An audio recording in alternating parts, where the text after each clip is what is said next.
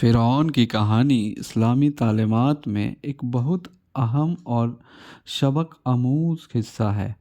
फ़िरौन मिस्र का एक जालिम और मुतकब्बिर हुक्मरान था जो अपनी तकब्बुर और ज़िद की वजह से अल्लाह को इनकार करता था और बनी इसराइल और मूसा पर जुल्म ढाता था। इस कहानी में अल्लाह की कुदरत और जुल्म के अंजाम का जिक्र है। तो चलिए शुरू करते हैं। फ़िरौन ने बनी इसराइल को गुलामी में रखकर उन पर शदीद जुल्म किया। एक पेशन गोई हुई कि बनी इसराइल में एक लड़का पैदा होगा जो फ़िरौन की हुकूमत का ख़ात्मा करेगा। इस खौफ की वजह से फ़िरौन ने हुक्म दिया कि बनी इसराइल के हर लड़के को पैदा होते ही कत्ल कर दिया जाए और सिर्फ लड़कियों को जिंदा छोड़ा जाए। इसी दौरान हजरत मूसा पैदा हुए। उनकी वालिदा को कहा गया उन्हें टोकरी में रखकर दरियाए नील में बहा दिया जाए। ये टोकरी फ़िरौन के महल तक पहुंची जहां फ़िरौन की बीवी हजरत आसिया ने उन्हें गोद ले लिया और अपना बेटा बना लिया।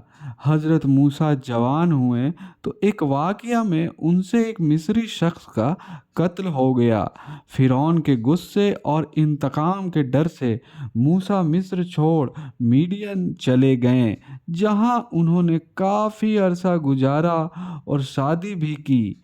उसके बाद अल्लाह ने उन्हें नबूवत से नवाजा और उन्हें फ़िरौन के पास जाकर पैगाम देने और बनी इसराइल को आज़ाद करने का हुक्म दिया। हजरत मूसा अपने भाई हजरत हारून के साथ फ़िरौन के पास गए और उसे अल्लाह का पैगाम सुनाया।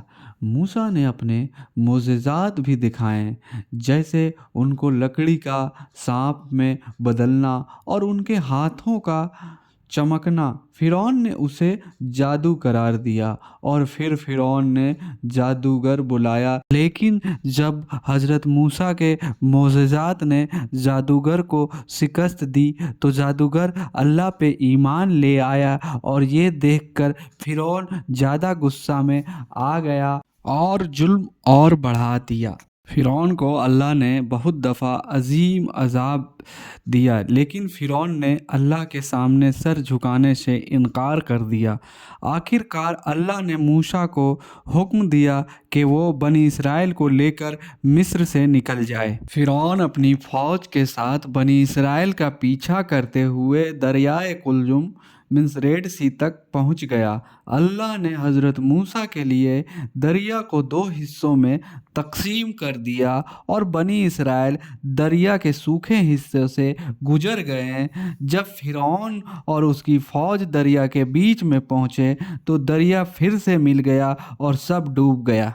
डूबते वक्त फ़िरौन ने अल्लाह पर ईमान लाने की कोशिश की, लेकिन उस वक्त उसका ईमान कबूल नहीं हुआ क्योंकि वो सिर्फ मौत के डर से था। अल्लाह ने उसका जिस्म महफूज रखा क्योंकि आने वाले नस्लों के लिए इबरत बन सके। Thanks for watching. Please don't forget to subscribe. अल्लाह हाफिज़।